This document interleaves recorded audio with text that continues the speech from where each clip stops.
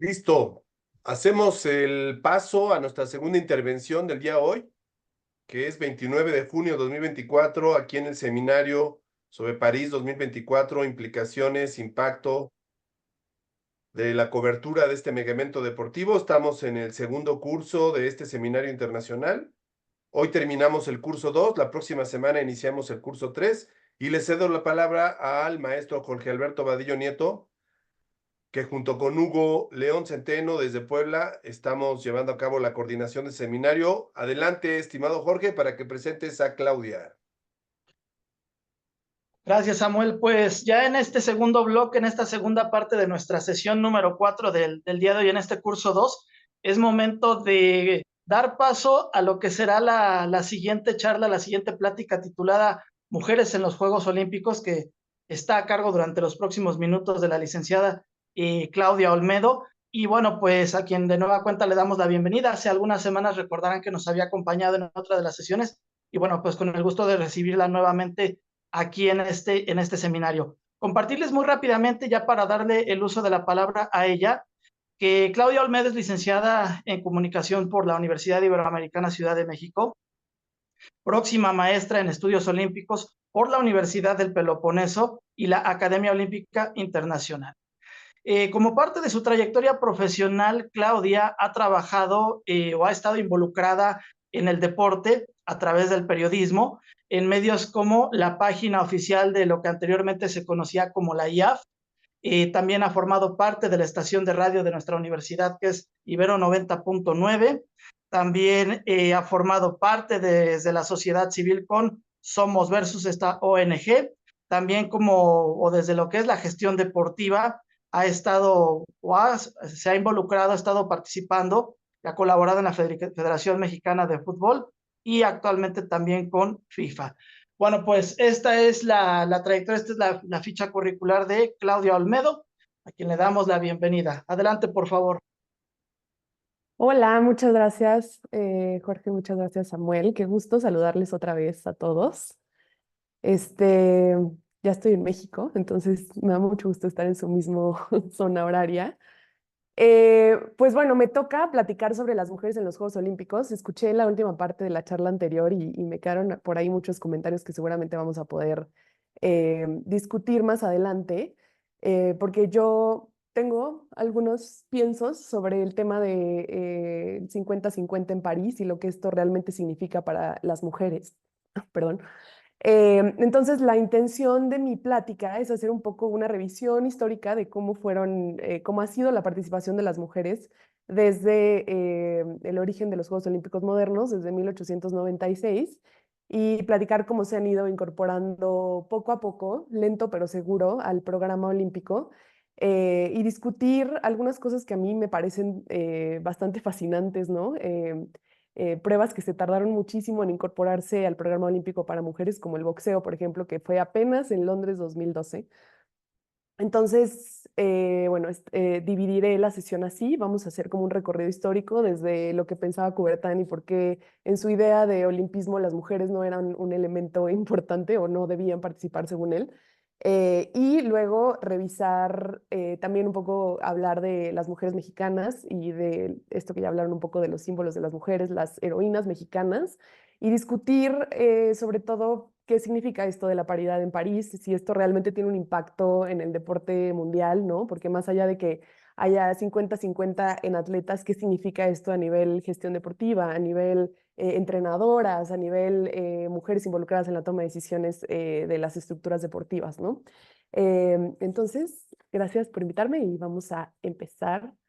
Igual que la otra vez, siéntanse con la libertad de interrumpirme. Pero bueno, empezamos platicando sobre Coubertin y me parece interesante porque en la sesión pasada que tuvimos platicamos sobre la historia de los Juegos Olímpicos en la antigüedad y tuvimos una conversación larga acerca de cuál era la postura de Pierre de Coubertin acerca de las mujeres y creo que ahí pudimos también observar por qué la figura del hombre era tan relevante, ¿no? Y por qué la de la mujer no. Desde los Juegos Olímpicos antiguos se veneró, ¿no?, la figura del hombre y pues las mujeres históricamente habíamos estado como relegadas un poco al tema privado, ¿no? Al tema de los cuidados, de la casa. Y pues Coubertin al momento de revivir estos ideales olímpicos, si bien no fue 100% apegado a lo que hacían los griegos, sí rescató un montón de elementos y uno de los elementos que rescató fue precisamente esta como admiración al hombre, ¿no? O más bien todos estos ideales se depositaban en la figura masculina. Entonces, esta es una cita de Pierre de Coubertin. El verdadero héroe olímpico es, en mi opinión, el varón individual. La participación femenina sería impráctica, poco interesante, antiestética e incorrecta. Y digo, en el movimiento olímpico seguimos dándole las gracias a Coubertin por muchas cosas. Y esto yo creo que sí hay que entenderlo un poco en el contexto histórico en el que se dijo, ¿no? Fue en 1897.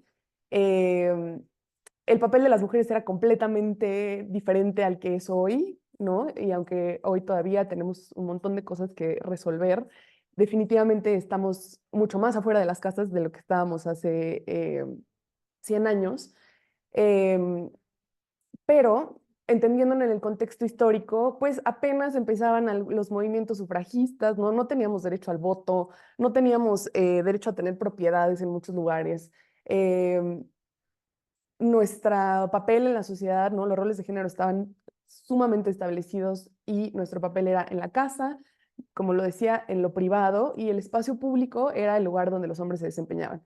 Las mujeres en ese espacio pues eran incómodas, ¿no? Se creía que podíamos, no sé, eh, como que también este discurso alrededor del catolicismo, por ejemplo, ¿no? Las mujeres como este elemento de tentación o como un elemento que puede distraer al hombre o las mujeres solo como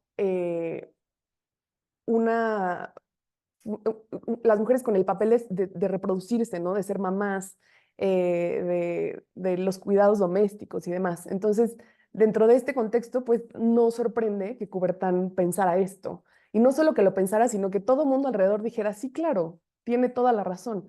Y que la incorporación de las mujeres haya sido progresiva en el movimiento olímpico. Si estamos hablando que las mujeres no podíamos ni siquiera salir a votar, ¿no? No teníamos espacios de representación política en ningún lugar, pues digamos que el deporte pasa a décimo plano, ¿no? No era necesariamente lo más importante cuando eh, no tienes derecho a trabajar, ¿no? O sea, había otras prioridades, ¿no? Que practicar deporte, pero por supuesto que a la par había ciertos esfuerzos de que las mujeres pudieran, ¿no? Participar en las justas deportivas.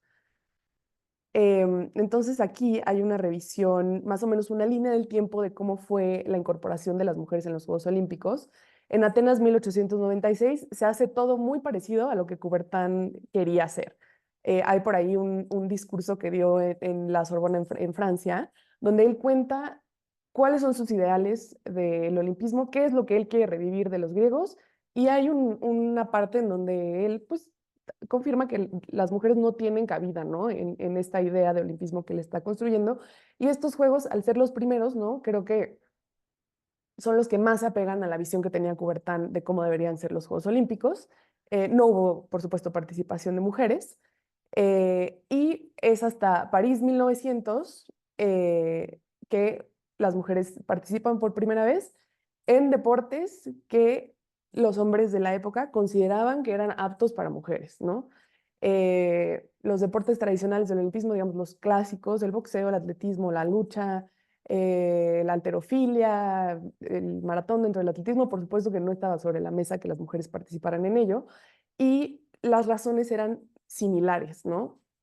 No tenemos la suficiente fuerza, el cuerpo femenino es mucho más débil, hay que cuidar el útero, eh, hay que cuidar el cuerpo femenino, ¿no? O eso era como lo que decían algunos médicos o como la razón, entre comillas, gigantes científicas de que las mujeres no participaran en estos otros deportes. Eh, Ay, perdón, estaba leyendo el chat. Sí, justo, en París. Y las otras razones era pues que no era quizá tan entretenido, ¿no? Que es una razón que hemos escuchado también el día de hoy, que seguimos escuchando sobre todo en el fútbol, ¿no? Que el deporte de mujeres no es tan entretenido como el masculino, que no es tan competitivo, que no tenemos tantas habilidades y que entonces no es, digamos, apto para el espectáculo.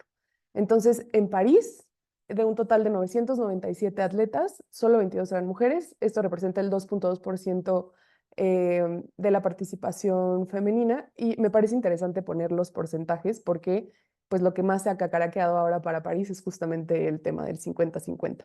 Entonces, digamos que de la primera participación de los Juegos Olímpicos de París hace 124 años, era 2.2% y ahora París 2024 va a ser 50%. Sí, definitivamente es un avance, pero ahora platicaremos si realmente cuál es el impacto que esto tiene.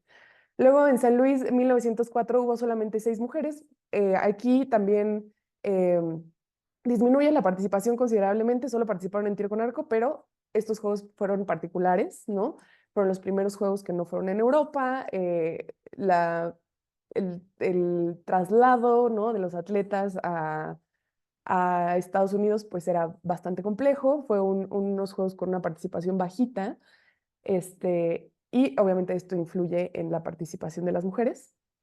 Luego, para Londres, vuelve a crecer el número y de un total de 2008 atletas había 37 mujeres y otra vez en deportes considerados aptos para mujeres, ¿no? Tenis, tiro con arco, patinaje artístico, vela, golf.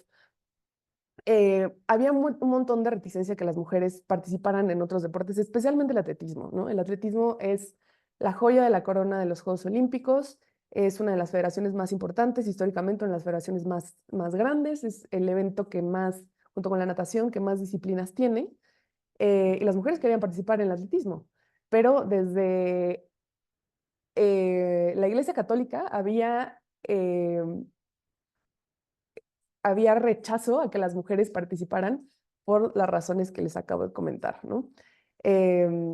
Entonces se tardaron un poco las mujeres en participar en el atletismo, ahorita lo vamos a ver, y el porcentaje ha ido aumentando sostenidamente. Ha habido algunos juegos en donde se ha ido un poco hacia atrás el porcentaje, pero desde Tokio 1964 hasta Londres 2012 el crecimiento fue continuo, ¿no? En Tokio fue 13.3%, para Londres fue 44.3%, en Río bajó un poquito a 43.3%, en Tokio volvió a subir a 47.7% y bueno, ahora para París vamos a tener el 50%. Eh, Naturalmente, ¿no? Tras la negación de Coubertin de que las mujeres participaran, y en el marco que platicábamos de el inicio de los movimientos sufragistas, ¿no? Movimientos feministas, textos publicados también de feministas, y un poco eh, el cuestionamiento de las mujeres de cuál era su papel en la sociedad, desató algunas pues intenciones, ¿no? Digamos, de rebeldía, de querer participar. Y la más destacada, la más famosa, aunque no hay muchísimos detalles de cómo se llevaron a cabo los juegos, cómo se financiaron y tal, en 1922 se llevaron a cabo los primeros Juegos Mundiales Femeninos. En esa edición, de hecho, les llamaron Juegos Olímpicos Femeninos. El año siguiente, Coubertin dijo no y hizo lo necesario legalmente para que Olímpicos no lo pudiera utilizar nadie más que el comité.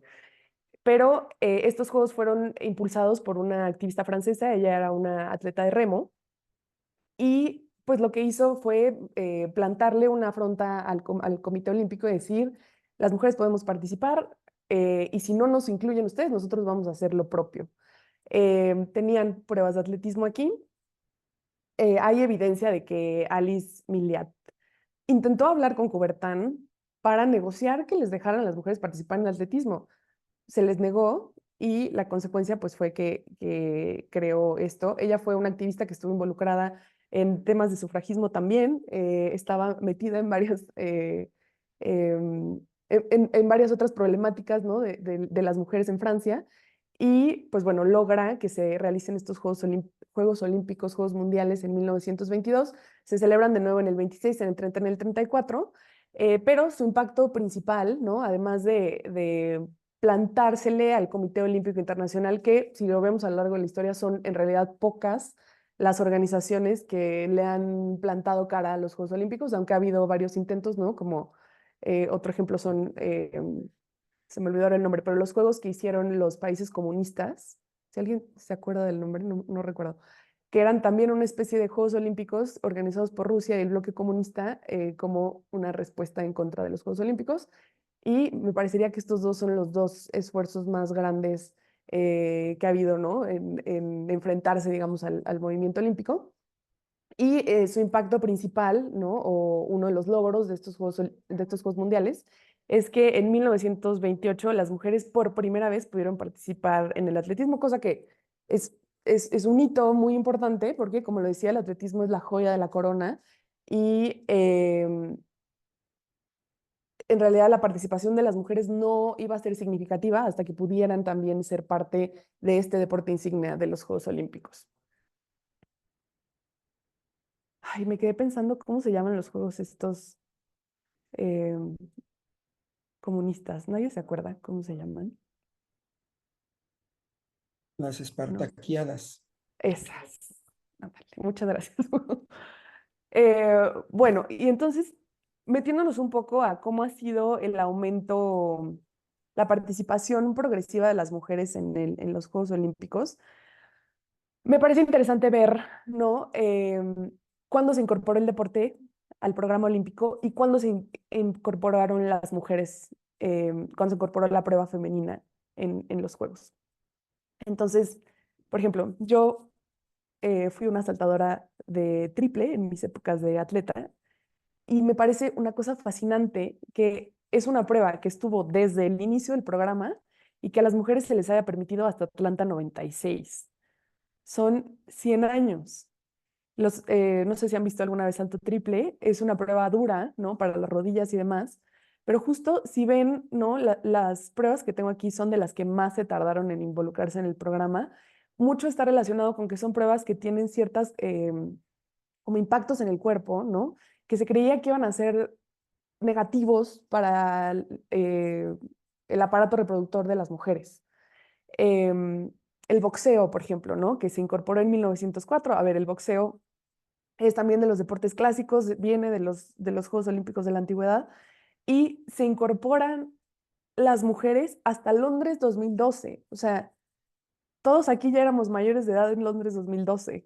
A mí me vuela la cabeza esto, que aún con todos los avances y con todo lo que ha pasado en los últimos 100 años, ¿no? Alrededor del papel de la mujer en la sociedad, ¿no? Todo lo positivo que vino después de la Segunda Guerra Mundial, los anticonceptivos, la revolución sexual, todo esto. Y de todos modos, en los Juegos Olímpicos, en el programa olímpico, las mujeres pudieron boxear hasta Londres 2012, hace 12 años. Esto a mí de verdad me vuela la cabeza. Luego, el pentatlón moderno, que también es una de las pruebas clásicas, ¿no? De los Juegos Olímpicos desde 1912, y las mujeres se les permitió participar en Sydney 2000. Hubo muchos deportes que a partir de Atlanta fue que empezaron, ¿no? A abrirse hacia las mujeres y esto también siento que tiene que ver con la incorporación de atletas profesionales dentro del movimiento olímpico, porque, digo, no es tema de esta clase, ¿no? Pero sabemos que la intención del movimiento olímpico no era tener atletas amateurs para siempre. Y hasta Barcelona 92 que juega el Dream Team de Estados Unidos y todas estas presiones que se hacen para que los atletas profesionales participen en Juegos Olímpicos también estaba relacionado con el tenis. Y el tenis sí es un deporte que más o menos ha crecido a la par, ¿no? Las mujeres y los hombres. Entonces había mucha presión tanto de la federación, de federaciones como la de básquetbol, de fútbol, como la de tenis, ¿no? Pero tenis varonil y femenil, para que los y las atletas profesionales pudieran participar en el movimiento olímpico. Entonces yo detecto que más o menos los 90s es este momento en donde se empiezan de verdad a romper ciertos paradigmas que había dentro del movimiento, ¿no? Se empieza a dejar de ser tan purista, ¿no? Con las ideas originales que tenía Coubertin y lo que se formó a principios de los 90, de 1900. Entonces vemos que a partir de Atlanta, Sydney y hacia adelante, ¿no? Hay una verdadera representación significativa y más pegado a lo paritario de las mujeres en el programa olímpico. Luego el sable del esgrima, por ejemplo, también en Atlanta 96, cuando viene desde el origen, desde 1896. En los deportes de invierno, esto también es un tema grande, ¿no? El salto de esquí, desde 1924, y las mujeres saltaron esquí por primera vez en Sochi 2014, hace 10 años. Lo mismo que el tema del boxeo. Aquí había una creencia, ¿no? De que por el impacto fuerte del esquí cuando cae, eso podía desprender el útero, ¿no? Cosa que, bueno, eh, habría que preguntarse por qué se pensaba esto, ¿no? ¿Cuál era la evidencia, ¿no? Más allá de que estas creencias, ¿no? De que por nosotras ser capaces eh, de embarazarnos, ¿no? Tenemos un cuerpo más débil. Me vuela la cabeza esto y no sé, no, creo que no sé si nunca hubo un científico que dijera, hay que hacer las pruebas de verdad para ver si esto es cierto. O sea, si pueden dar a luz a un bebé, ¿no? De este tamaño y con esta complejidad, ¿cómo no van a poder saltar en esquí? O sea, a mí, de verdad, es una cosa que me da mucha risa, pero bueno, aquí estamos. Em, entonces, hablando un poco, y esto relacionándolo con la clase que acaban de tener también, me gustaría solo hacer un pequeño recorrido sobre las heroínas olímpicas que hemos tenido en México, las que yo considero las más significativas. Tenemos un montón, obviamente, pero me parece que las cuatro que tengo aquí son eh, las que podrían representar, ¿no? El papel de las mujeres mexicanas en el movimiento olímpico y que además son las más reconocidas. La primera es Enriqueta Basilio, que fue la que prendió el fuego olímpico en México 68. Y este me parece un caso muy interesante porque no es una mujer que realmente tuvo resultados deportivos relevantes, ¿no? Eh, Me parece que en el 68 participó en 400 planos, 4 con vallas, 80 con vallas y el relevo. No pasó a ninguna, no pasó de la primera ronda en nada. No he logrado, y lo he buscado en los archivos del comité, no he logrado encontrar sus tiempos, ¿no? Para más o menos entender cuál era el nivel de Enriqueta a comparación del resto de las mujeres. Pero la realidad es que su carrera deportiva, ¿no? En términos de performance, no fue necesariamente relevante, pero se convierte en un símbolo, ¿no? De pues de la incorporación de las mujeres al movimiento, de la lucha de las mujeres, tanto en Latinoamérica como en el mundo, ¿no?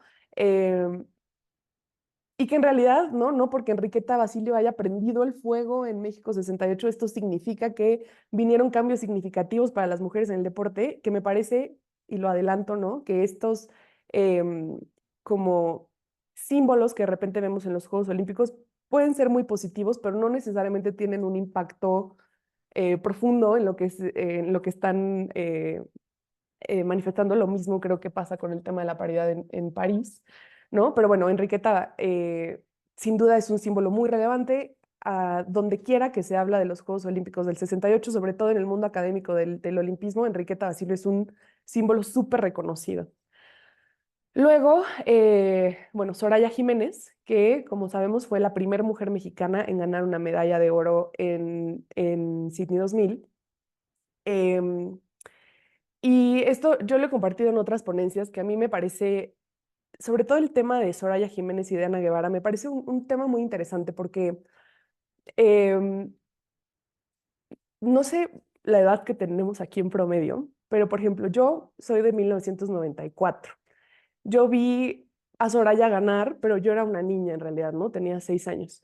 Pero luego a mí me tocó ver ya con plena conciencia lo que Ana Guevara fue.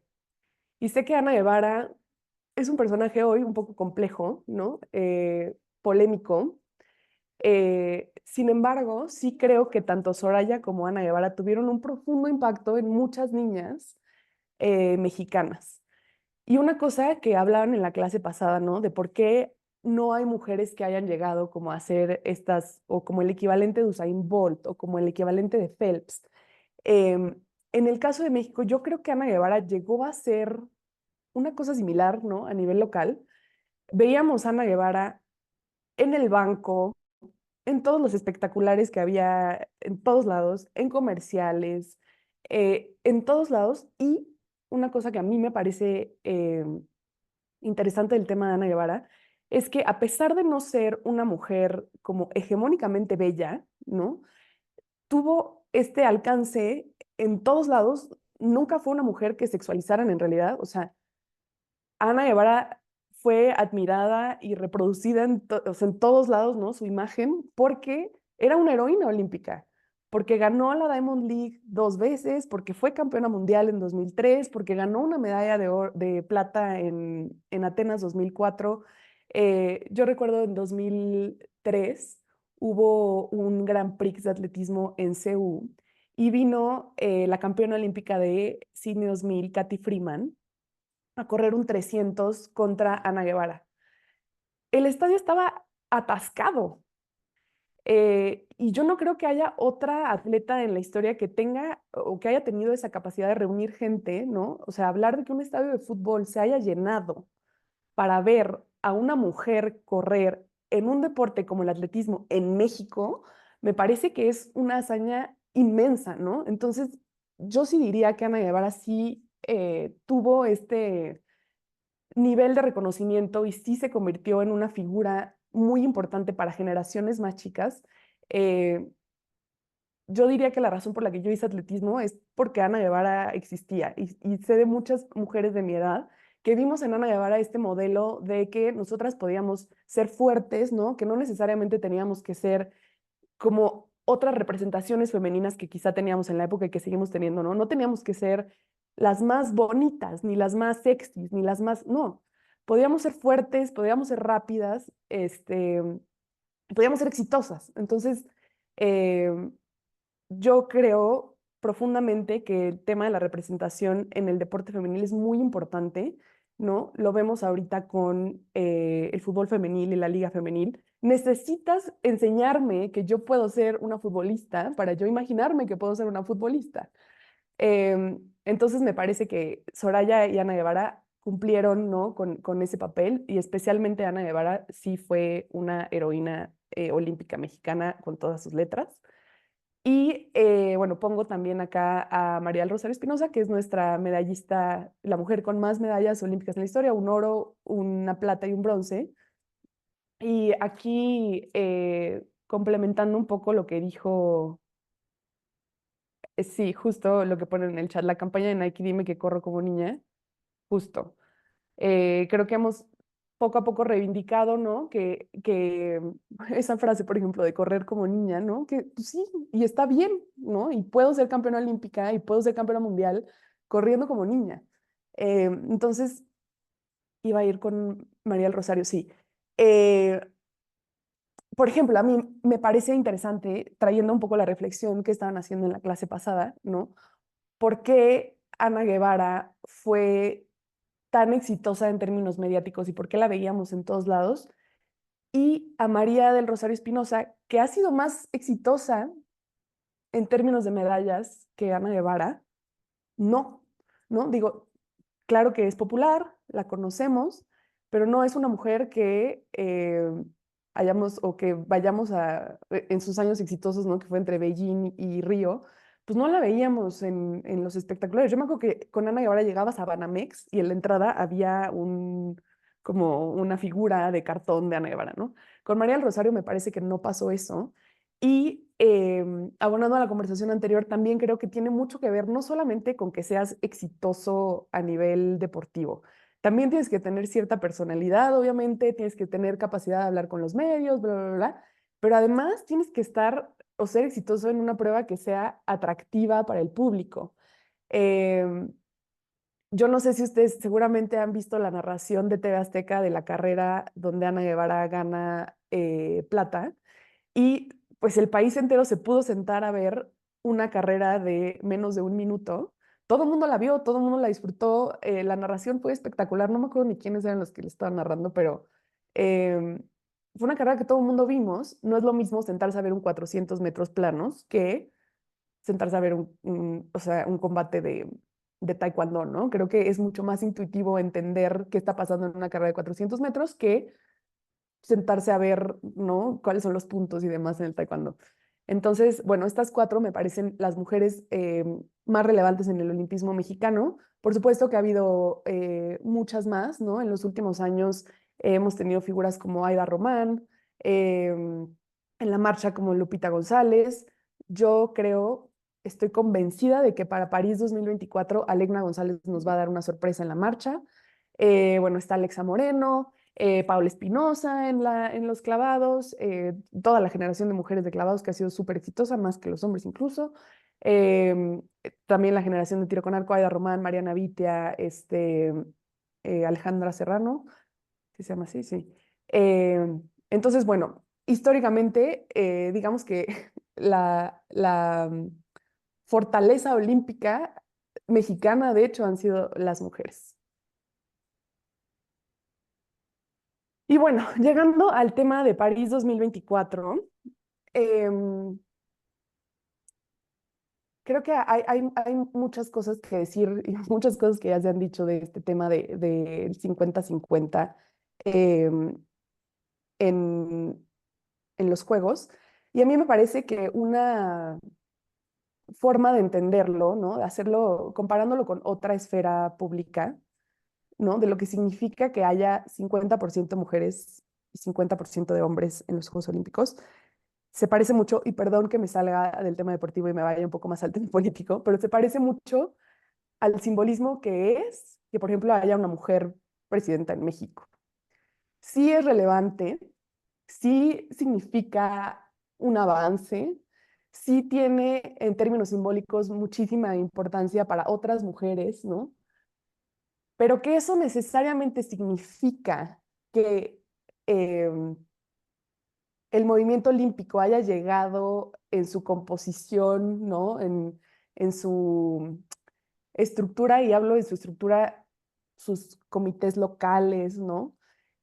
Que esto realmente signifique que el mundo olímpico es paritario, no, ni de cerca, ¿no? Y también, ¿no? Que de repente pasa mucho en el olimpismo que se mira el movimiento olímpico como lo que pasa en los 15 días del evento.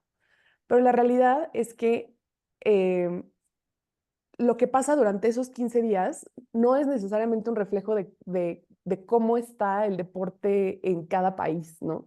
Y muchas veces pasan, por ejemplo, hace poco, no sé si vieron que el Comité Olímpico publicó sus primeras reflexiones acerca de la inteligencia artificial, ¿no? Y cómo la inteligencia artificial puede beneficiar al movimiento en términos de cómo les puede ayudar para el desarrollo de atletas, cómo les puede ayudar para crecer la justicia deportiva, para crecer su engagement con los fans y demás. Pero de repente se piensa, digo, como el movimiento occidental, que es el movimiento olímpico, un poco se pierde que al movimiento olímpico lo forman un montón de países que no tienen eh, el mismo avance, ¿no? En términos, en este caso, de género, que los países que, eh, digamos, son los que más están aplaudiendo esto que está pasando. Mismo Francia, ¿no? No podemos hablar que Francia tiene el mismo contexto que incluso México, ¿no? Entonces, creo que es interesante, pero no se debe perder de vista que la realidad es que muchas de estas políticas que se aplican a nivel cúpula, digamos, del Comité Olímpico Internacional, pues sí tienen sus efectos positivos en los países que están hasta arriba del medallero, pero no necesariamente esto significa que en países, por ejemplo, como tenía clase, creo que ya les había platicado, con una mujer iraní. Y ella decía, es que pues yo no entiendo, ¿no? ¿Qué relevancia tiene que vayan a ir 4 hombres y 4 mujeres a París 2024? Sí, van a lo mejor desfilar un hombre y una mujer. Vamos a tener la misma cantidad de atletas mujeres y atletas hombres participando en París, pero esto realmente no se refleja de ninguna manera en la posición que las mujeres tienen dentro del deporte en mi país. Los apoyos siguen siendo diferentes, no hay entrenadoras mujeres, no hay ninguna mujer dentro del Comité Olímpico iraní, ¿no? Y esto es el caso de absolutamente de la mayoría, ¿no? Diría yo, de los comités olímpicos internacionales. Entonces, bueno, me gustaría reflexionar también un poco cómo se logró esto, ¿no? Porque obviamente hubo que machacar y un poco cortar el programa olímpico porque, pues, como lo acabamos de ver, históricamente estaba diseñado para los hombres. Entonces, poco a poco se ha tenido que disminuir categorías, cortar aquí, cortar allá. Entonces, de los 18 eventos mixtos que hubo en Tokio, ahora hay 22. Uno de los deportes que cortó categorías fue la halterofilia masculina, que tiene 4 eventos menos. En el boxeo, en Tokio 2020 hubo 8 eventos masculinos, 5 femeninos, y para ahora, para París, va a haber 7 masculinos y 1 femenino, o sea, se cortó un masculino para meter un femenino. Se eliminó la marcha varonil, que, por ejemplo, esa es otra cosa increíble. Nunca compitieron las mujeres en Juegos Olímpicos en 50 kilómetros. A pesar de que la World Athletics ya estaba permitiendo a las mujeres competir en 50 kilómetros, nunca llegó a ser los 50 kilómetros femeniles una prueba olímpica. Y lo mismo, ¿no? Por alguna razón se creía que las mujeres no debían llegar a ese nivel de fatiga, ¿no? Que representa los 50 kilómetros. Entonces se quitaron los 50 kilómetros varoniles, que esto ha sido súper polémico dentro del atletismo naturalmente, ¿no? Para competir en unos Juegos Olímpicos no empiezas a practicar un año antes, lo que significa que toda la gente que se estaba preparando desde Río, o diría yo, desde Londres para estos Juegos Olímpicos en 50 kilómetros, no van a poder participar. Y en lugar de esto metieron un evento mixto, que también está bastante polémico, creo que va a estar muy interesante para ver. Pero bueno, tienen ahí una serie de reglas diferentes que está interesante, pero los atletas no están necesariamente felices con esto. Y hay 3 nuevos eventos mixtos en vela. También en el atletismo, con este cambio en la marcha mixta, oficialmente todos los eventos de hombres tienen su equivalente en el femenil, ¿no? Entonces, bueno, después de años de lucha, ¿no? El programa, hablo específicamente del atletismo, es totalmente paritario entre hombres y mujeres. Bueno, ya platicamos un poco de, según yo, qué significa esto para el deporte femenil, porque, por ejemplo, otro caso, ¿no? De lo que representa la paridad aparente, ¿no? En la gente que está en el foco de la atención es, por ejemplo, en el fútbol femenil, justo con Somos Versus, hace un par de años, hicimos un diagnóstico de la Federación Mexicana de Fútbol y queríamos entender, ¿no? Cómo se componía el ecosistema de la federación y de la liga. Y encontramos que a pesar de que, pues sí, ¿no? Hay una equivalencia en los equipos varoniles y en los equipos femeniles, hay la misma cantidad de jugadores y jugadoras, más o menos. Solo el 10% de los entrenadores son mujeres, ¿no? Entonces, pues sí, ¿no? En el foco está jugando la mitad mujeres, la mitad hombres, pero esto no necesariamente se refleja en las oportunidades de las mujeres como en la industria deportiva. Y justo hablando de Somos Versus y trayendo un poco el discurso que dije cuando estábamos hablando de Ana Guevara, bueno, como comentaba Samuel perdón, Jorge, en mi presentación, yo formé parte un tiempo de la organización Somos Versus, que es presidida por Marion Reimers, la periodista deportiva. Y una cosa que todas las que integrábamos Somos Versus teníamos muy claro y lo defendimos mucho es que la representación es importante, ¿no? Em, Ver a una mujer haciendo cosas en la televisión, en los medios de comunicación, es relevante, porque si no lo veo, no existe, punto. Entonces me pareció interesante compartirles en el marco de este tema de la paridad y demás, este estudio que hicimos en Somos Versus fue 2020-2021, y lo que hizo el equipo fue revisar 7 medios deportivos de mayor circulación. El gráfico, aquí está el gráfico, Ovaciones, Cancha, Medio Tiempo, Récord, TUDN y Aristegui Deportes. Y se hizo el primer observatorio de medios deportivos en México, en donde durante un año se analizaron 9.964 notas para entender no solamente la cantidad de notas que se le dedicaban a las mujeres, sino también la calidad, ¿no? Las cosas que se encontraron son espeluznantes, o sea, creo que no sorprende necesariamente el resultado.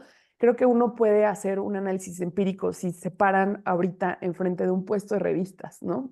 En la Ciudad de México y observan todas las portadas de los medios deportivos. El 90% o 9 de cada 10, y es más, ahorita que hay Copa América, 10 de cada 10 van a tener en la portada a un hombre. Em, pero bueno, ya verlo como en números suena totalmente loco. De estas 9.964 notas, solo el 7% fue sobre atletas mujeres durante un año. O sea, de cada 10 noticias, menos de una se trató de una mujer.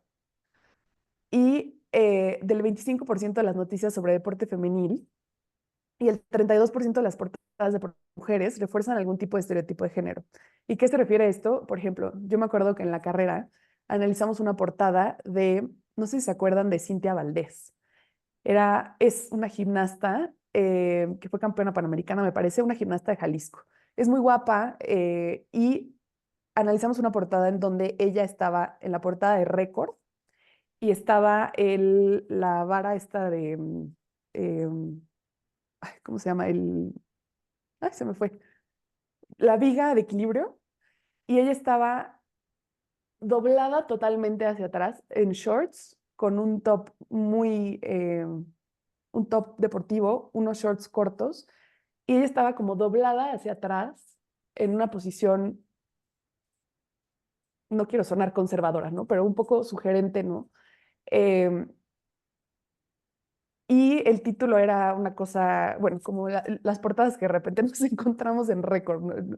Sé que se pueden imaginar perfecto la tonada. Entonces, justo esto se encontró, o sea, de repente sí se habla de las mujeres, ¿no? Sí hay cierta cobertura, pero se habla de que Norma Palafox, por ejemplo, cómo bailó en TikTok, ¿no? O las 10 mujeres más guapas de la Liga Mexicana. O ahorita no dudo que si ahorita googleamos va a salir una nota que dice las 10 mujeres más bellas que tienes que seguir para París 2024, ¿no? Entonces, bueno, todavía, a pesar de que estamos ahí, ¿no? De que ya el fútbol femenil está creciendo, de que sí, los encabezados con rosa, justo. A pesar de que, eh, bueno, en París va a haber una representación, 50% mujeres, 50% hombres, No es sigue suficiente. habiendo, no, no es suficiente, no es Yo te iba a suficiente, comentar, fíjate, en este punto que hablabas de la cobertura en los medios y de este estudio que hicieron, entonces, para los compañeros que son periodistas, reporteros, reporteras, periodistas deportivos, tienen que tratar, siguiendo enlazando esto que tú dices con la charla anterior, tienen que tratar de pasar del estereotipo al prototipo y sí, ojalá al arquetipo, ¿no? Porque tiene que haber una mirada diferente sobre estas notas que hay sobre las mujeres en los medios deportivos, que no sean estereotipadas, sino que coloquen a las mujeres como prototipos, es decir, como figuras con aspectos positivos para sí, la sociedad o incluso con arquetipos, con aspectos heroicos. justo. O sea, yo creo que la pregunta o el camino es bien sencillo. O sea, si tú estás escribiendo una nota, puedes decir, ¿escribiría yo esto acerca de Cristiano Ronaldo? Si la respuesta es no, hay que cambiar entonces el enfoque de la nota, ¿no? Y justo digo, hablando de esto que comenta Samuel, también otra cosa importante e insisto, ¿no? Porque creo que no nada más se puede palpar la situación de las mujeres cuando hablamos de las que están en el foco, ¿no? El tema de, pues ya están jugando, pues ya, ¿no? Ya conquistaron, ¿no? El fútbol. En este estudio también de lo que analizaron, una de cada 10 notas deportivas están firmadas por mujeres, el resto están firmadas por hombres. Entonces también, ¿no? Nos dio como pues sí, un panorama, ¿no? De no solamente cómo se habla de las mujeres, sino quiénes están contando las historias de las mujeres. Sabemos que el periodismo deportivo y la industria deportiva en general es todavía un espacio dominado por hombres, ¿no? Y esto no necesariamente es culpa de los hombres, ¿no? O sea, creo que hay un montón de razones, ¿no? La forma en la que las mujeres todavía somos socializadas en muchos contextos, ¿no? Que hay familias incluso que se sienten incómodas con que las mujeres jueguen fútbol, ¿no? Todavía lo siguen considerando como un tema poco femenino, ¿no? No me acuerdo si la otra vez les platiqué esto, creo que no, pero cuando yo trabajaba en la Federación de Fútbol, yo estaba a cargo de las ligas nacionales juveniles del sector amateur y teníamos un problema muy grande con las ligas femeniles porque en la misma familia incluso el niño podía viajar, ¿no? Porque para jugar una liga en México necesitas moverte los fines de semana, ¿no? Sobre todo cuando son ligas interestatales. Y las familias estaban dispuestas a pagar, ¿no? Para que los niños se movieran de estado a estado, pero no estaban tan dispuestos a pagar para que la niña hiciera lo mismo, porque en muchos contextos pagarle a un niño para que juegue fútbol es una inversión, pero pagarle a una niña para que juegue fútbol es un gasto. Entonces, bueno, insisto, creo que el tema de París y el tema de que podamos ver, ¿no? Que en el escenario, en el circuito máximo deportivo haya una representación igualitaria de las mujeres es importante, pero a mí me interesaría más saber desde el Comité Olímpico qué acciones reales, ¿no? Deberían imponer a sus representaciones locales, ¿no? Está bien que me mandes mitad y mitad de hombres y mujeres, pero ¿y qué más? ¿No? O sea, ¿qué está haciendo realmente el Comité Olímpico Internacional más allá de gritar que va a tener 50 y 50 mujeres en los Juegos, ¿no? Y esto, sin duda, aunque no es una conversión directa, ¿no? No porque yo vea ya la paridad, entonces yo como institución o yo como familia o yo como, bueno, todos los actores que están involucrados en el ecosistema del deporte van a decir, no, sí, hay que darle más oportunidades a las mujeres. Pero sin duda, pues empieza la conversación, ¿no? Es importante. A mí me da mucha curiosidad y estuve a punto de hacer mi tesis sobre esto, pero luego me arrepentí. Hacer este mismo estudio, pero durante los Juegos de París. O sea, me da mucha curiosidad que entendiendo, ¿no? Que estos juegos se están vendiendo como los más paritarios de la historia, ¿cómo lo van a tratar los medios de comunicación? ¿Va a haber paridad en la cobertura? Porque vamos a tener la misma participación de hombres y mujeres. Se va a cubrir de la misma manera, van a tener la misma porcentaje de notas. eh, no lo sé, no lo creo, la verdad, pero me parecería muy interesante Es una excelente averiguarlo. pregunta. Ahí tenemos ya un tema para poner atención. Sí, si alguien quiere echarse ese observatorio, está interesante. Y bueno, un poco para ponerle como el listón, ¿no? De todo lo que hemos platicado acá. Como decía al principio, el deporte ha sido un territorio, digamos, que a la mujer le ha ido costando, ha sido progresivo, pero es un territorio donde todavía no podemos decir estamos totalmente de pie, listas, conquistado, ¿no? Y lo podemos ver cuando hay figuras que están en la cúspide y que de todos modos siguen luchando, ¿no? Con algunas situaciones que tienen que ver con el género, ¿no? Entonces, hablando del contexto olímpico y hablando como más de las figuras internacionales, por ejemplo, ¿no? Uno de los casos más emblemáticos ha sido el de Allyson Félix y la maternidad. No sé si alguien aquí conoce ese caso, pero Allyson Félix es me parece que es la medallista, es la mujer con más medallas olímpicas en el atletismo en la historia, si no estoy mal, o al menos de Estados Unidos. No, sí, de la historia, tiene que ser. Em, y ella era patrocinada por Nike y les voy a fallar exactamente en el año, creo que fue para Londres. Bueno, el punto es que Alison Felix decide ser mamá y cuando está embarazada se entera que Nike no tenía contemplado seguirle pagando cuando era madre, ¿no? Nike, que es la marca que aquí me la acaban de poner, ¿no? La marca de dime que corro como niña, tú puedes hacer todo lo que tú quieras. Hace 10 años o menos, porque esto no es, o sea, esto pasó alrededor de Río también, no tenía una política sobre qué hacer con las mujeres cuando son madres. Al final, las mujeres atletas, su trabajo es ser atleta, ¿no? Lo mismo que para los hombres. El cuerpo es su instrumento de trabajo, pero resulta que las mujeres, pues, pueden parir y pueden decidir parir a la mitad de la cúspide de su carrera deportiva. Y las marcas no estaban preparadas para esto, porque resulta que cuando tú eres un atleta, tu activo, para mí como marca, pues es tu cuerpo, es que compitas, es que uses mi marca corriendo en el atletismo, específicamente en los circuitos de la Diamond League, ¿no? Que compitas en los trials de Estados Unidos, que vayas al Mundial de Atletismo. Y si de repente tú te embarazas, resulta que, pues lo que yo te estoy pagando para hacer, lo dejas de hacer por lo menos un año. Y Nike no estaba preparado para eso. Entonces, bueno, fue una polémica grande. A partir de eso, Allyson Felix terminó el contrato con Nike, creó una marca propia y en su momento también Nike salió a decir, no, sí, o sea, lo estamos haciendo muy mal, tienen ya sus políticas de maternidad, se ajustó.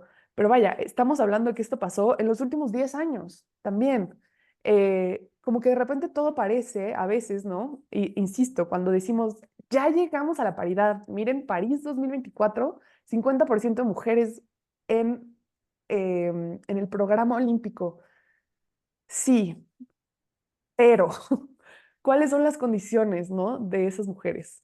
¿Qué onda con el tema de la maternidad? O sea, esto es un tema que todavía sigue siendo problemático en muchos espacios deportivos. Pero bueno, ese es un gran tema. Luego, otro tema que lo puso sobre la mesa Simone Biles hace 4 años es el tema de la salud mental, que esto es una cosa que se recorre también hacia los deportistas hombres, por supuesto, pero me parece interesante porque si vemos, por ejemplo, en la liga femenil, perdón que salte de un tema a otro, pero si vemos en la liga femenil, la cantidad de mujeres que juegan en la Liga MX femenil, que son vocales o activistas de temas sociales, es muchísimo mayor que la de los hombres. O sea, dentro del espacio deportivo, las mujeres, muchas mujeres han encontrado un espacio de lucha y han llevado sus luchas políticas al espacio deportivo. Esto no pasa muchas veces con los hombres, ¿no? O sea, yo no sé ustedes, pero a mí me parece una cosa simplemente imposible de creer que a la fecha no tengamos un jugador de la comunidad LGBT en la Liga MX. O sea, simplemente por porcentajes, ¿no? Estadísticos, es imposible, es de verdad imposible, pero sigue siendo un tema del que casi no se habla, ¿no? Tenemos casos aislados, ¿no? En el deporte masculino de, de hombres que forman parte de la comunidad. Entonces, el deporte femenil se ha creado, digo, desde su inicio ha sido un espacio de lucha, de reivindicación, de demostrar que sí podemos, ta, ta, ta. Y naturalmente entonces se ha vuelto también este espacio en donde las mujeres verbalizan las problemáticas que tienen. Yo me hubiera parecido muy interesante que, por ejemplo, en Río 2016, bueno, no, en Londres, en la cúspide de su carrera, Michael Phelps hubiera dicho, oigan, mentalmente estoy agotado, ¿no? O que no nos hubiera, después nos enteramos que tenía como tema con las drogas y no sé qué. Qué potente hubiera sido que Michael Phelps en algún momento, durante, ¿no? su cúspide, como Simone Biles en Tokio, hubiera dicho, oigan, me siento así, ¿no? Mentalmente estoy así. Entonces, bueno, creo que ha sido el deporte y también los Juegos Olímpicos, naturalmente, un espacio en donde las mujeres han salido a gritar, ¿no? las injusticias, y no solamente cuando se trata de ellas, ¿no? sino problemáticas sociales en general. Vimos también, siguiendo con el ejemplo de Simone Biles, el tema de abuso sexual con las gimnastas en Estados Unidos por su doctor, ¿no? Esta es otra gran polémica y este es otro gran tema que también se tiene que hablar cuando se habla de los Juegos Olímpicos y de la paridad. Yo no lo sé y puede ser que yo esté perdiéndome de algo, pero yo no sé si en la vía olímpica, por ejemplo, pasara alguna situación de acoso, si hay público un protocolo de acoso y hostigamiento. No lo sé, me parece que no. Seguramente debe haber algún proceso, ¿no? Pero es cada vez más urgente y más necesario que todas las instituciones sepan qué hacer con estas cosas. La Liga MX femenil, bueno, la Liga MX en general, la Federación Mexicana de Fútbol, publicó su protocolo de acoso y hostigamiento el año pasado y la liga empezó en 2017. Entonces, bueno, esto naturalmente nace a raíz de, a ver, el protocolo lo trabajó la federación con Somos Versus, yo también fui parte de ese proceso, empezó en 2020. Pero ¿saben cuándo fue que les urgía publicarlo? Cuando pasó lo de Jenny Hermoso, que era jugadora del Pachuca.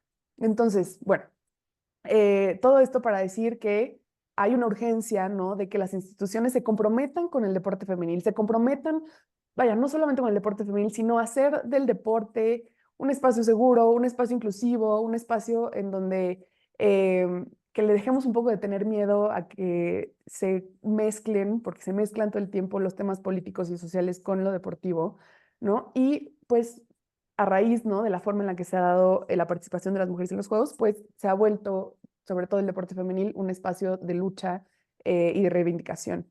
Otro ejemplo también ha sido la lucha de varias delegaciones por el tema de los uniformes, ¿no? Eh, Cuestionarnos, traigo de nuevo la paridad en París, sí, pero ¿por qué las mujeres hasta hace poco no podían elegir qué uniforme ponerse en el voleibol de playa? ¿No? ¿Por qué seguía siendo esto problemático para la Federación de Voleibol de Playa? ¿Por qué si querían usar shorts? Digo, creo que no está mal que usen el bikini si lo quieren usar, ¿no? Pero ¿por qué no era eso una opción? Entonces, bueno, me gustaría un poco concluir para dar paso a la discusión, que sé que siempre tienen comentarios muy interesantes. Pues cuestionarnos, ¿no? Más allá de aplaudir, que sí, creo que es relevante, ya lo he dicho múltiples veces, que París tenga mitad y mitad de hombres y mujeres en sus atletas, pero cuestionarse si todo lo otro, ¿no? que involucra la participación de las mujeres en el movimiento olímpico y en todos los deportes en general, ya se conquistó esa paridad que están cacaraqueando. No sé, creo que hay, ¿no? Como lo vemos también en la política, este tema de la cuota de género, claro que tiene su relevancia, ¿no? Y tiene su funcionalidad, pero ¿qué está pasando en las estructuras, ¿no? ¿Qué está pasando en los comités locales? ¿Qué está pasando con los presupuestos que se van hacia un lado o hacia el otro? ¿Qué pasa cuando las mujeres son mamás? ¿Qué pasa con los uniformes? ¿Qué pasa con todo el tema ahorita de las mujeres trans, por ejemplo? ¿Qué pasa cuando una mujer no es hegemónicamente bella, tal, y tiene rasgos masculinos y entonces le cuestionan su sexualidad? O sea, hay un montón de preguntas todavía, hay un montón de problemáticas alrededor de las mujeres en los Juegos Olímpicos y en general las mujeres en el deporte, que creo que hay que cuestionarlas, más allá de solo aplaudir que París sea un evento totalmente paritario. Hasta ahí dejaría yo mi exposición, Samuel. No que decir y se dijo. Muy bien, Claudia, magnífico. Creo que conjuntaste todas tus experiencias, en Sí, diferentes ámbitos para decirnos lo que nos acabas de decir, ¿sí? Toda la razón. A ver, pues que se escuche el diálogo, las preguntas. Tenemos unos minutitos. Le recordamos que Claudia sale de viaje, tiene que ir al aeropuerto. Así que adelante, Priscila, te escuchamos desde Argentina. Sí, yo hoy mencionaba a Peque Pareto en Argentina. Ella fue la primera mujer en conseguir oro para Argentina en forma individual, porque ya otras mujeres lo habían hecho en forma colectiva, pero fue la primera en conseguir el oro. Y yo leí hace unos días que Thomas Bach la propuso para formar parte del Comité Olímpico Internacional. Con respecto a ese tema, eh, ¿cuál es la paridad o en el Comité Olímpico Internacional, cómo es el desempeño de la mujer en ese ámbito? Porque hablamos mucho del deporte, pero también el Comité Olímpico Internacional también forma parte de lo mismo. justo hay un informe, que a ver si ahorita lo encuentro, están como en cuarenta y tantos, cincuenta y tantos hombres y mujeres. No es totalmente paritario todavía el, ¿cómo se dice? Ay, se me olvidó, los asientos en el Comité Olímpico. Tampoco de ninguna manera, no sabría decirte exactamente el porcentaje de presidentes de comités olímpicos a nivel internacional, pero en el corporativo, digamos, del COI, están cerca. Voy a buscar, lo tengo por aquí, se los comparto. Hay un informe de cómo está constituido más o menos el comité y sí, más o menos son congruentes, ¿no? Dentro de su cúpula, digamos, no a nivel países, de nuevo. O sea, en la cúpula y en Suiza pasan muchas cosas muy bonitas, pero eso no necesariamente se traslada a, pues, a quienes realmente componen el comité olímpico, ¿no? Que son sus comités olímpicos nacionales. Sea, ya desde Argentina, Priscila, el tema que comentó Claudia respecto a la exposición mediática, o sea, no es solo suficiente la estadística de paridad en igualdad de cuerpos por sexo, ¿no? En este caso, de París, sino la cobertura mediática en Argentina, que está muy futbolizada. ¿Qué tanto lugar tienen las atletas olímpicas mujeres? Bueno, acá en Argentina nosotros vemos las Olimpiadas siempre en TC Sport, que la relata Gonzalo Bonadeo, y él es una persona que ha abogado mucho por el deporte femenino. Le da la misma trascendencia a las mujeres y a los hombres. Y gracias a todo eso que lleva años haciéndolo, eh, las mujeres en las Olimpiadas acá en Argentina tienen mucha trascendencia. Tenemos a Bardach, tenemos las leonas, están las chicas del handball. Hay un montón de atletas femeninas y se van sumando muchas más. Tenemos en remo también que han conseguido logros y la cobertura acá es buena. No, yo no he visto eso como decía Claudia, que a veces la exposición de las mujeres tiene que ver más con lo que hace afuera de, de su ámbito deportivo que lo que hacen en el mismo deporte.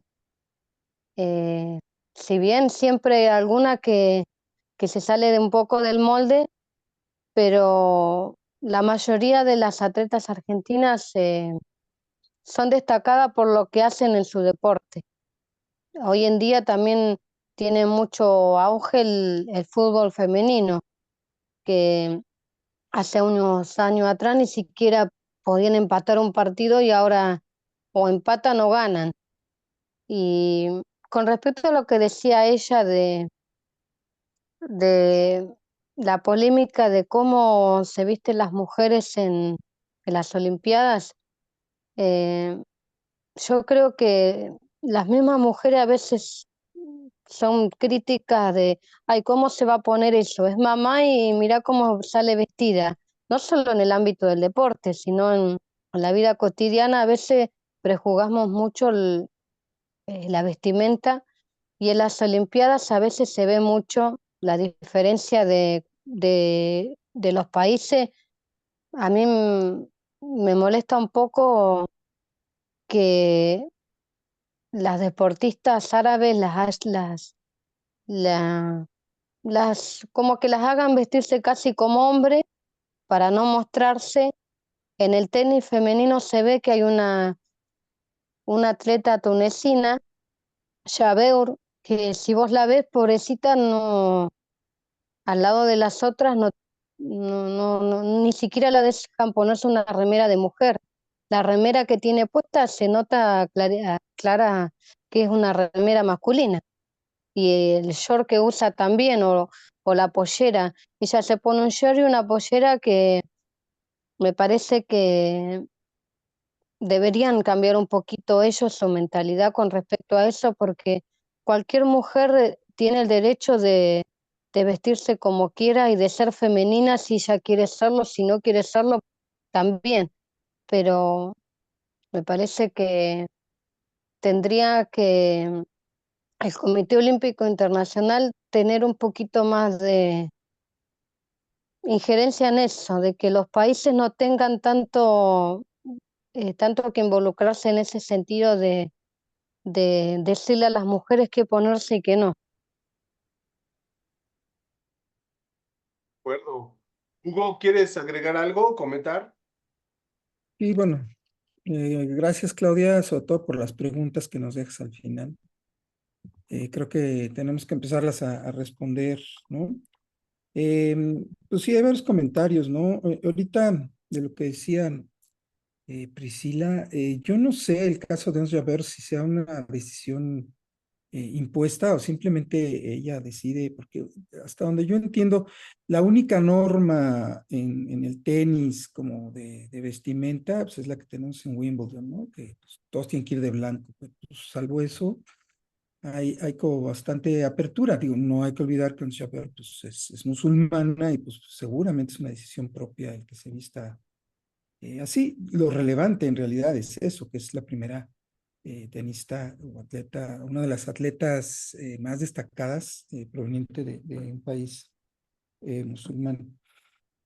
Y hablando de tenis, nada más como para completar un poquito el recorrido que nos hiciste, Claudia, yo no olvidaría a Billie Jean King, ¿no? Y la lucha que tuvo, porque si hay paridad, y uno de los deportes justamente donde hay más paridad, sobre todo en términos salariales, de los premios, es el tenis. Y Sí. todo eso tiene que ver enormemente con lo que hizo Billie Jean King en los 70s.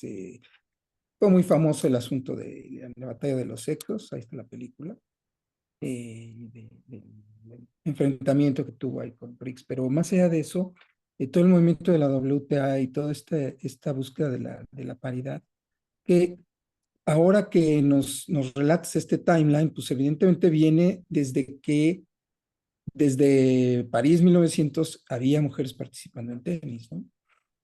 O sea, ese es un deporte que tiene esa tradición incluso desde el siglo XIX, porque esta chica, la primera campeona olímpica, Charlotte Cooper, pues ya había sido campeona en Wimbledon antes incluso de los Juegos, ¿no? Entonces, bueno, también históricamente ayuda en ese sentido este tipo de situaciones, pero bueno, yo no dejaría de lado eso, ¿no? Una forma de medir la equidad es el asunto monetario, ¿no? Entonces, tenemos el caso del tenis, con que los premios para los Grand Slams son iguales, hombres y mujeres. Y tenemos estos casos, ¿no? También, ¿no? Que ya supimos porque nos quedó más cerca cuando esta discusión de la selección de Estados Unidos de fútbol, pues, porque ellas eran campeonas del mundo y querían cómo era posible que los hombres ganaran más, y no sé. Esta semana salió la nota que la selección de Dinamarca, que ya ahorita está jugando contra Alemania en la Euro, no aceptaron que les pagaran más y le dijeron a su federación, no, esa lana que nos vas a aumentar a nosotros los hombres, dásela a las mujeres para que vayamos equiparando. Otra vez Dinamarca, nada más. Ahí lo pongo en la mesa ese asunto, ¿no? Pero me parece que sí se nota, más allá de las cuotas, que se están abriendo espacios, ¿no? Y yo lo aprecio muchísimo porque a mí, Hugo, me gusta más ver los deportes femeniles que los varoniles en los Juegos Olímpicos. A mí también, la verdad. Yo soy súper fan del hockey sobre césped femenino. ¡Órale! Sí, Es espectacular. Sí. es espectacular, a mí me Esa encanta. no me la Pero, sabía. Adelante, sí, sí, sí, Ramiro. sí, sí.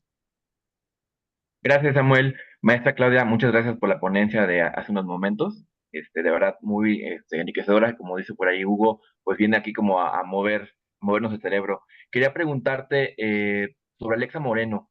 ¿Tú cómo juzgarías, cómo verías, o así rápidamente, el manejo de su imagen, la gestión de patrocinios?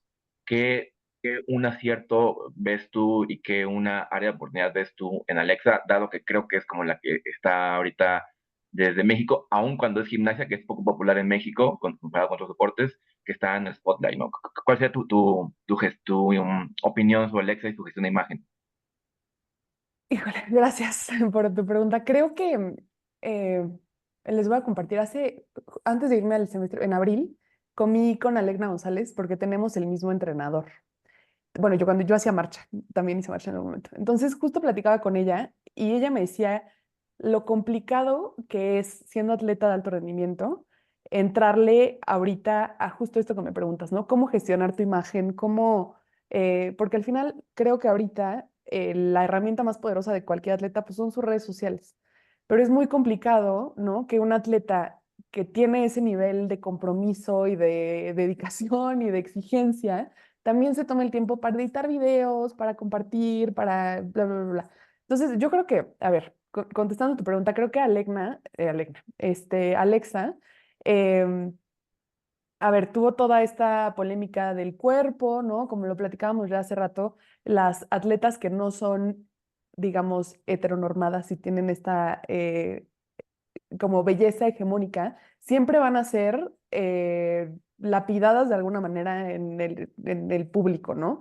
O sea, porque sí, hay muchos espacios abiertos, pero de todos modos, para tú ser una mujer en el spotlight, pues tienes que para ser como totalmente agradable, que todo el mundo te quiera y te esté como aplaudiéndote, un poco tienes que satisfacer esta mirada masculina que Alexa no ni quiere, ¿no? Ni tiene como estos, digamos, atributos hegemónicos, ¿no? Que muchos hombres o la sociedad de repente aplaude. Entonces yo creo que ella hizo muy bien, junto con sus patrocinios, en navegar esa polémica. O sea, no me acuerdo ahorita qué marcas, pero creo que hubo, Powerade puede ser, pero hubo varios esfuerzos ahí de las marcas de, pues, destacar, ¿no? Que Alexa era mucho más que su cuerpo y que aunque para algunas personas les pueda parecer gorda, es una mujer súper fuerte y es una atleta olímpica.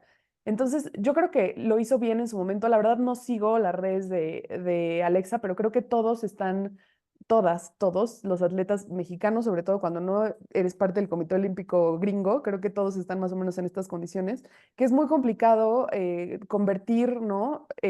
Tu éxito deportivo a acaparar, digamos, en tus redes esta atención y esta como mostrar tu personalidad en redes sociales y como construir este personaje. Em, entonces, no sé, creo que Alexa también se ha como acogido a sus resultados que hablan por sí mismos. O sea, a cada rato nos enteramos que Alexa ganó no sé qué en Europa y ganó no sé qué copa de gimnasia. Em, entonces yo creo que pues lo ha hecho bien, ¿no? Que las marcas lo han hecho bien y que hay un área de oportunidad inmensa en México, que ya hay algunas agencias como haciendo su chamba, pero para entrenar mejor a los atletas, a que tengan estas herramientas de comunicación para que puedan ser mucho más monetizables, ¿no? Sus caras.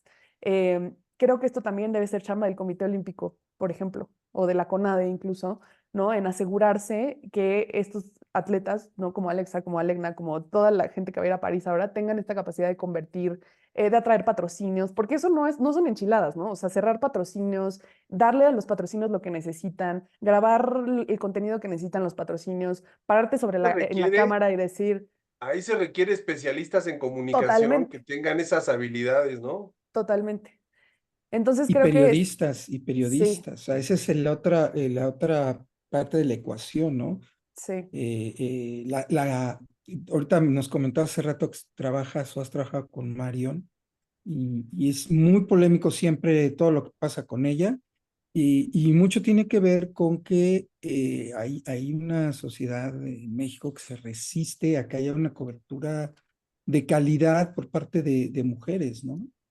Y que Y es lo mismo que decía al principio, ahora que sacas el tema de Marion. O sea, creo que tiene mucho que ver. Cuando una mujer está en el espacio público hablando fuerte, diciendo, o sea, nombrándose como especialista, y no es una mujer que físicamente parece, o sea, sea como atractiva en el ojo masculino o que no esté intentando, ¿no? No tiene un Ujú. escote, no tiene un nada, no es necesariamente bien recibida en muchas ocasiones, ¿no? Y Luego esto tienen que pasa también emigrar. con los atletas, las atletas.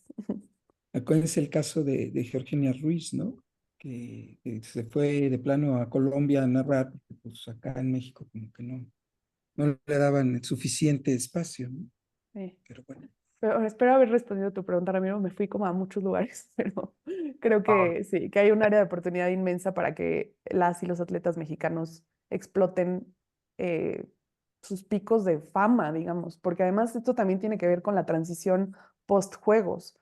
Hay un área de oportunidad inmensa, que esto también debería ser chamba del Comité Olímpico Internacional, de cómo transiciona un atleta olímpico a no ser un atleta olímpico, ¿no? Y creo que también tiene que ver con estas habilidades y con saber capitalizar y monetizar tu pequeña estancia en el Olimpo.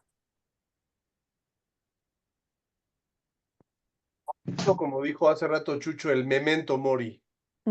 Justo.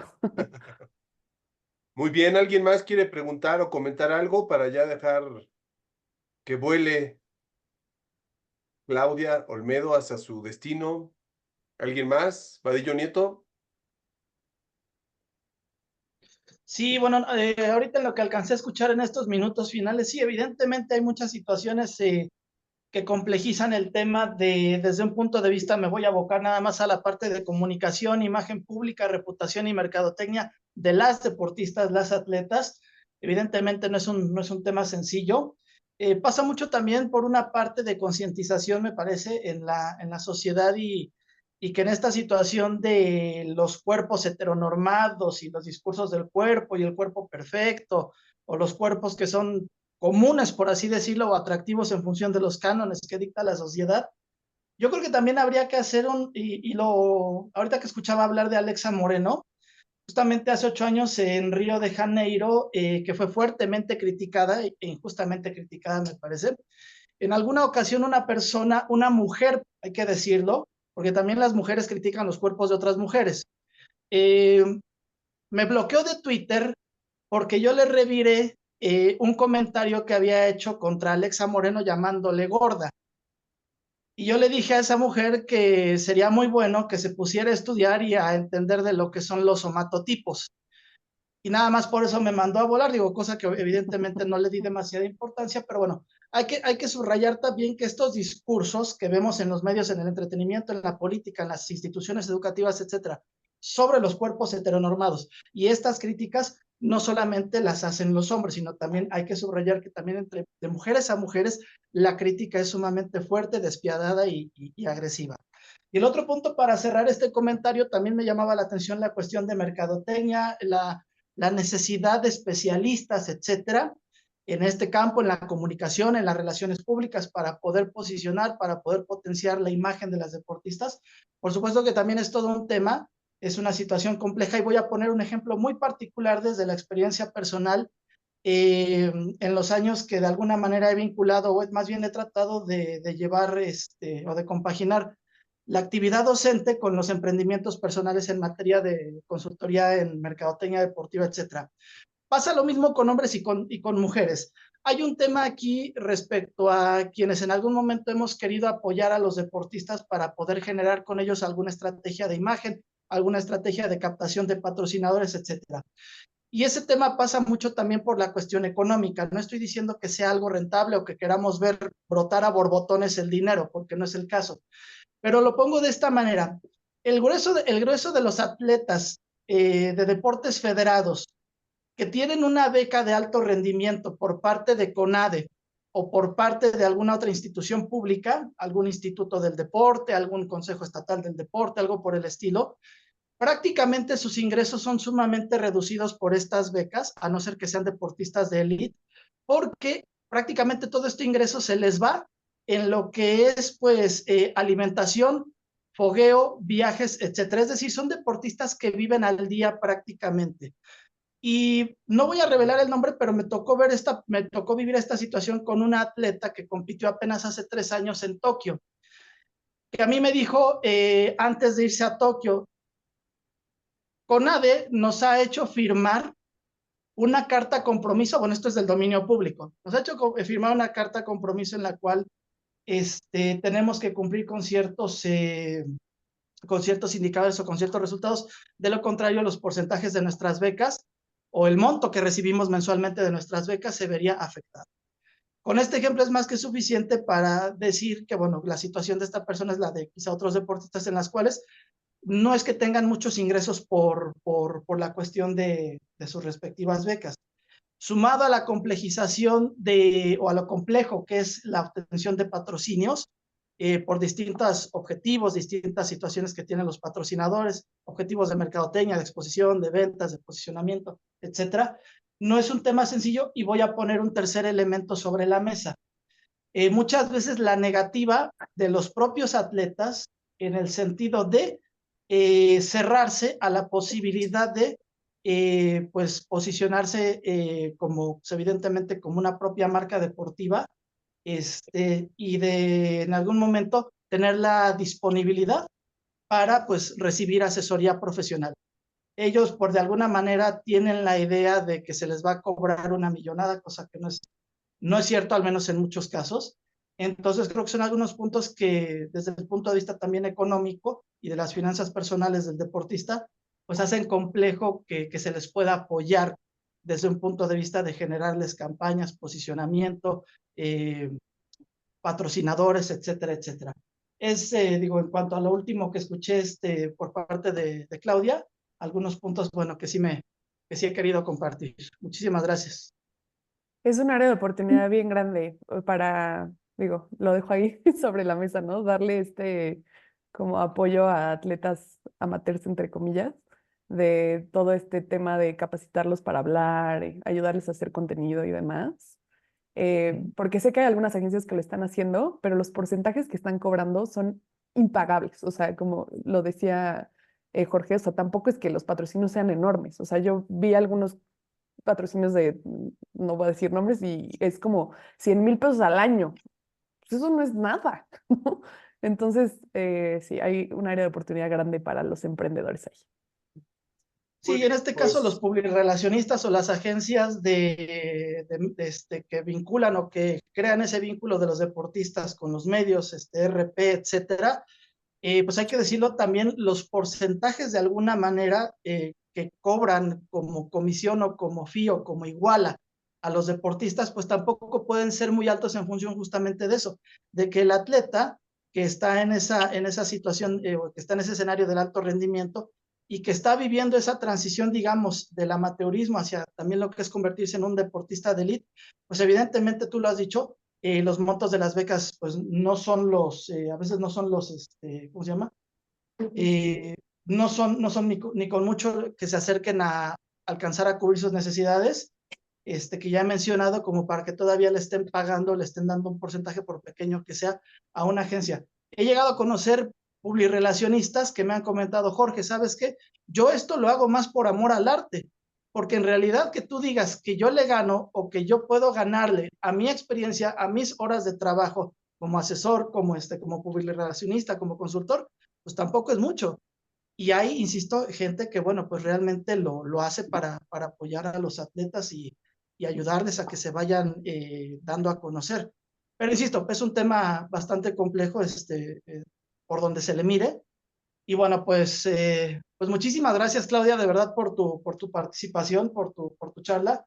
Nos ha dado mucho gusto recibirte de nueva cuenta acá en este seminario, en esta segunda ocasión que nos visitas, y bueno, pues también por aportar tu experiencia, tus puntos de vista, tus conocimientos. Muchas Muchísimas gracias. gracias, Samuel. No sé si quieras comentar algo a Claudia. Ya está por acá también el doctor Héctor Martínez. muchas gracias, Claudia, por esta exposición que hiciste. Fue magnífica y nos aportaste muchísimo al seminario y a las personas que verán en el futuro estos materiales. Te mandamos un abrazo y te deseamos buen viaje. Muchas gracias. Igualmente, muchas gracias. Un gusto siempre. Cuídate, hasta Suerte luego. a todos. Bye. Bueno, vamos a cerrar la transmisión ahorita de esta segunda sesión y en este momento ya vamos a pasar a la tercera parte